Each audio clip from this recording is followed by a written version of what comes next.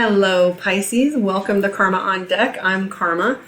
I'm going to do your reading for the week of December 28th through January 3rd. Happy New Year. So this will take us through this next week. We just got through Christmas, the solar eclipse, and we have a new moon we're sitting on right now. So let's take a look and see what's up for you, Pisces, and me, because I'm a Pisces rising. Pisces in the house. Here we go.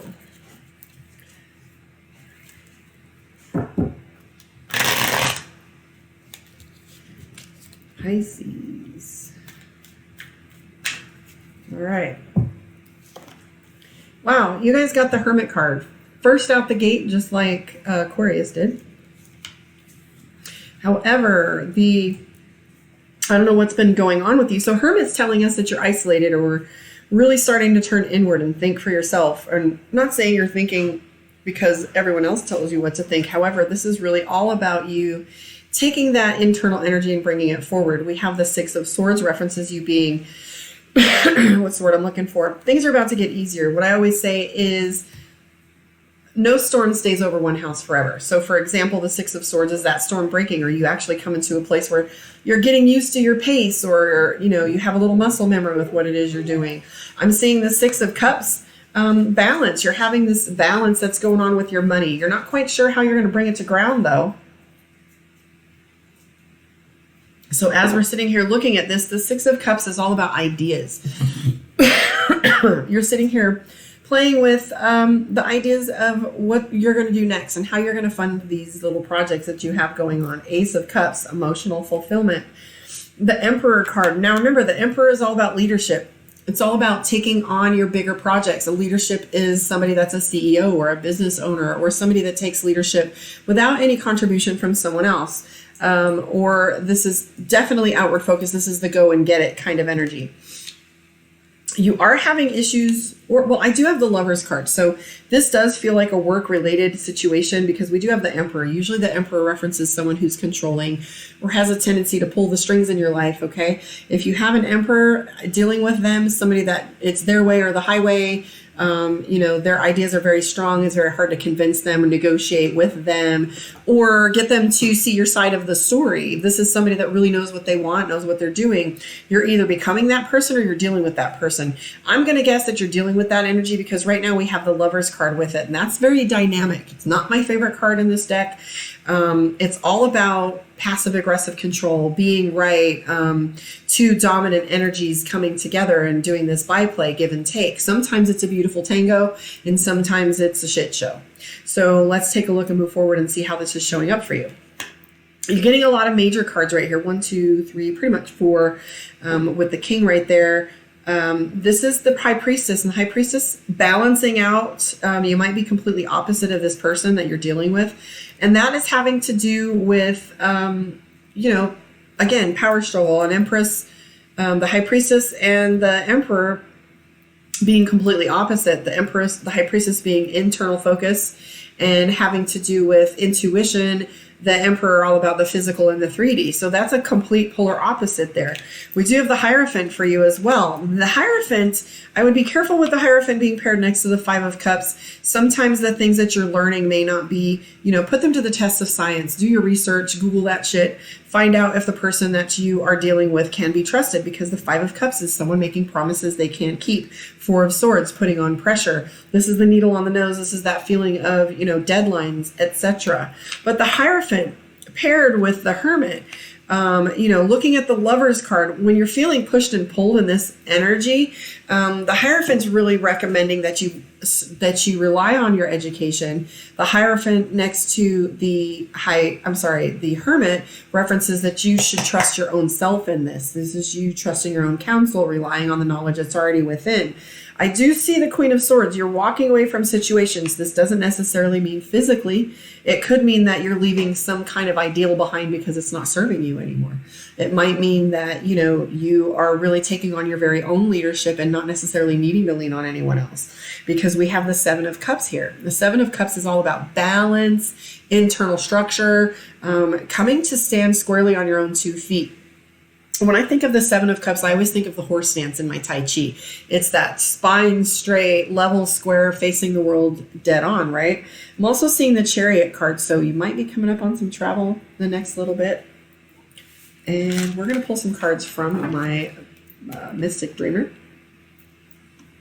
having to do with love and relationships of all kinds. If you want a one-on-one with me, karmaondeck.com. You can find me on My Psychic One and on the lives. So let's take a look and see what's going on for you, dear Pisces, in your relationships. And I'm a Pisces rising, so I'm always curious to see what's going to show up here. King of Cups. So you've got somebody in your life, or you are that someone, burden, taking things on. Seven of Cups, a little overwhelm, the Moon card, which is fear. And then I have the Five of Pentacles, which is frustration, hopelessness a little bit. You're not having a lot of faith in other people right now. Remember, perception is projection. So how you're feeling internally is how the universe will show up for you. So be cautious that you're not training your mind to look for those types of things. So if you're feeling frustrated, that's perfectly normal. However, come to center, because remember your final result card in the prior deck we were looking at has to do with internal stability, internal self-love, internal balance. So Nine of Cups, regret. The Sun card and Three of Cups is celebration. So why is it, Pisces, that you're having a hard time allowing yourself to celebrate? Because right here, this is telling me that you're not finding enough time to give yourself the time that you need. You're not giving, well, obviously we just had the holidays and a lot of us burn ourselves at both ends to get some things done. So again, we have the Five of Cups. You're not able to enjoy, you're having a hard time enjoying things right now. You're comparing yourself a little too much. What do I always say? Don't should. How often are you shoulding yourself? I should be the perfect mom. I should be the perfect employee. I should dress better. I should lose weight. I should talk nicer. I shouldn't be such a bitch. I shouldn't be so cranky. I should. I should go to church. So when we should ourselves, we're not really enjoying what's in front of us because we're so constantly putting ourselves outward and forward into the projects and the things that we're supposed to be doing. I do see the Death card for you. It might be in relationship to money, but we do have the Two of Pentacles, which is indecision. You have two paths in front of you regarding money, and mostly two different ideals. And when this comes up, that can be frustrating, especially when they both seem perfect. So don't get into analysis paralysis. Death card is baptism and change. So you've got that coming up for you. That all boils down to decision making, though. Eight of Wands is showing up for everybody in this little quadrant, these last three, Pisces, Aquarius, and Capricorn, the Death card having to do with change. So change is definitely on the rise. I don't know what you're setting yourself up for with New Year's, but remember the first thing you need to do is be kind to yourself. If you feel like you're shoulding too much on yourself, then change that. I am going to pull from the Divination of the Ancients for you. So let's see what's up for Pisces.